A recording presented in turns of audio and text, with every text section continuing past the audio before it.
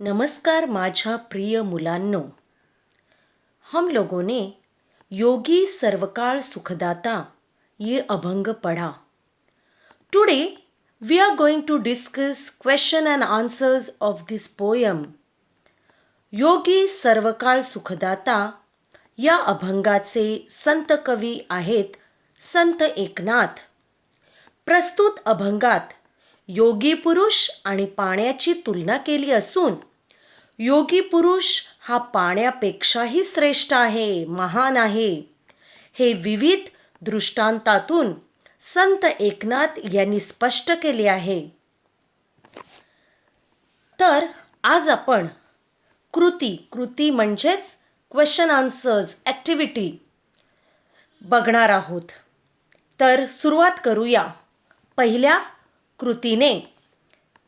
पहिली कृती आहे खालील चौकटी पूर्ण करा. चौकटी मतलब बॉक्स. ओके.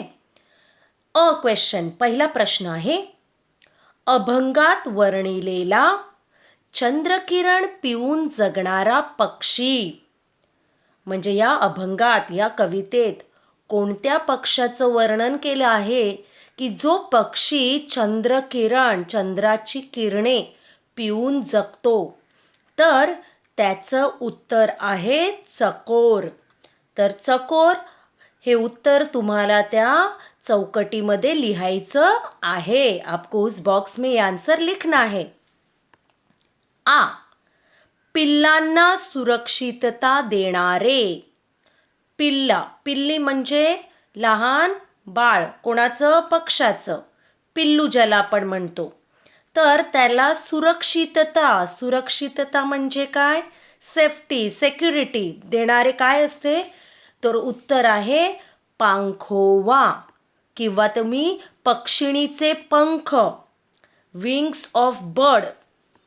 पक्षिणीचे पंख किंवा पांखोवा म्हणजे विंग्स ऑफ बर्ड हे पण लिहू शकता. दोन्ही उत्तरं बरोबर आहेत. आता आपण आणखीन पुढे जाऊया. चिरकाळ टिकणारा आनंद. चिरकाळ टिकणारा आनंद आपण अभंगामध्ये बघितलेला आहे. तर त्याचं उत्तर आहे स्वानंद तृप्ती. काय म्हणतात त्याला? चिरकाळ टिकणारा आनंद, एव्हरलास्टिंग आनंद. तर स्वानंद तृप्ती. पुढे व्यक्तीला सदैव सुख देणारा. व्यक्तीला सदैव सुख, आनंद, समाधान कोण देतो? योगी. उत्तर काय आहे? योगी किंवा योगी पुरुष असं लिहिलं तरी सुद्धा बरोबर आहे. ये भी सही है. आता आपण जाऊया प्रश्न दुसरा किंवा कृती दुसरी. तर त्या कृतीचं नाव काय आहे? खालील आकृती पूर्ण करा. आकृती मतलब वेब डायग्राम. डायग्राम दिया जाएगा. तर त्यांनी प्रश्नामध्ये तुम्हाला काय दिलेलं आहे बघा. योग्याचे मृदुत्व सर्वांशी. योगी पुरुषाचे मृदुत्व, कोमलपणा, सॉफ्टनेस सर्वांशी असते. सगळ्यांबरोबर तो चांगल्या प्रकारे वागतो. त्याप्रमाणे उसी तरह. आता पहिला प्रश्न आहे पिलियांसी. तर पिलियांसीचं उत्तर येणार पांखोवा. काय उत्तर येणार? पांखोवा. नंतर आहे चंद्रकिरण. चंद्रकिरण कोणाला हवे असते? चकोर. कोणाला हवे असते? चकोर. पुढे आहे जीवांसी. जीवांसी म्हणजेच आपण बघितलेलं आहे जीव, जंतू, प्राणी मात्र, लिव्हिंग थिंग्स. तर त्यांना काय हवं असतं? जीवन. इथे जीवन म्हणजे पाणी, उदक, जल. तर प्रश्न कृती क्रमांक दुसरा तुम्हाला समजलेला आहे. असं मी समजते. आता आपण पुढे जाऊया, आणखीन पुढे जाऊया. तर कृती क्रमांक 3 आहे. इथे बघा काय दिलेलं आहे. खालील तक्ता पूर्ण करा. तुमच्यासमोर तुमचं टेक्स्टबुक आहे ना, पान क्रमांक 5 समोर ठेवायचं आहे. तर त्याच्यामध्ये प्रश्न आहे तक्ता पूर्ण करा. आणि काय सांगितलेलं आहे? तक्ता म्हणजे चार्ट. योगी पुरुष आणि जीवन, जीवन कंसामध्ये दिलेलं आहे पाणी. हां, पाणी म्हणजेच जीवन असते. आपण नेहमी लिहितो ना निबंधामध्ये, पाण्याशिवाय आपण जगू शकतो का? नाही. तर योगी पुरुष आणि जीवन, पाणी यांच्यातील फरक स्पष्ट करा. फरक म्हणजे डिफरन्सेस. तर मी 2 भाग केलेले आहेत आणि तुम्हाला समजण्यासाठी उदाहरण म्हणून मी फक्त 3 पॉईंट्स दिलेले आहेत, 3 मुद्दे दिलेले आहेत. तुम्ही अभंगाच्या आधारे आणखीन मुद्दे लिहू शकता आणि मी थोडक्यात दिलेले आहेत. तुम्हाला याच्यामध्ये आणखीन ॲड करायचं आहे, जोडायचं आहे, हे लक्षात ठेवा. आपको और ॲड करना है इसमें. तर योगी पुरुष आणि पाणी किंवा जीवन असे मी 2 भाग केलेले आहेत. तर पहिला फरक बघूया आपण. योगी पुरुष अंतर्बाह्य निर्मळ करतो. आपण बघितलेलं ना की आतून आणि बाहेरून अंतर्बाह्य तो आपल्याला निर्मळ करतो, पवित्र करतो. आणि पाणी फक्त बाह्य अंग स्वच्छ करते. बाह्य म्हणजे बाहेरचं, वरवरून मळ धुतो आपण बघितलं. दुसरा मुद्दा आहे योगी पुरुष सर्व काळ सुख देतो. सर्व काळ म्हणजे नेहमी, सुख म्हणजे सॅटिस्फॅक्शन, आनंद देतो. पाणी एकदा संतुष्ट होतो पण पुन्हा तहान लागते. बघा, पाण्याने आपण सर्व काळ संतुष्ट होतो का? नाही. पानी एक बार पीने से वापस थोड़ी देर में हमें प्यास लगती है. तीसरा मुद्दा आहे योगी पुरुष स्वानंद तृप्ती देतो. योगी पुरुष स्वानंद तृप्ती देतो आणि पाण्याने क्षणिक तृप्तता मिळते. क्षणिक म्हणजे तात्पुरती, टेम्पररी. ओके, तर अशा प्रकारे तुम्हाला हे फरक लिहायचा आहे. आपका रेफरेंस बुक रहेगा आपके पास, उसका भी आप लोग सपोर्ट ले सकते हैं. और ये लिखना है. आगे जाते हैं. कृती क्रमांक 4 आहे कवितेतील समानार्थी शब्द शोधा. समानार्थी मतलब सिमिलर वर्ड्स. ओके, तर पहिला आहे जीभ, जीभ, आणि त्याचं उत्तर आहे रसना. जिभेला काय सांगितलेलं आहे कवितेमध्ये समानार्थी शब्द? रसना. पाणी, पाणी ह्या शब्दाचे अनेक शब्द आहेत समानार्थी शब्द. मी उदाहरण म्हणून तुम्हाला 3 दिलेले आहेत जे कवितेमध्ये अभंगामध्ये आलेले आहेत. जल, उदक, जीवन. पुढे आहे गोडपणा, ज्याला आपण मधुरता असेही म्हणतो, स्वीटनेस. ढग, ढग म्हणजे मेघ. आता आणखीन पुढे जाऊया. पुढचा प्रश्न आहे काव्य सौंदर्य. खालील ओळींचे रसग्रहण करा. उसमें से अ क्वेश्चन.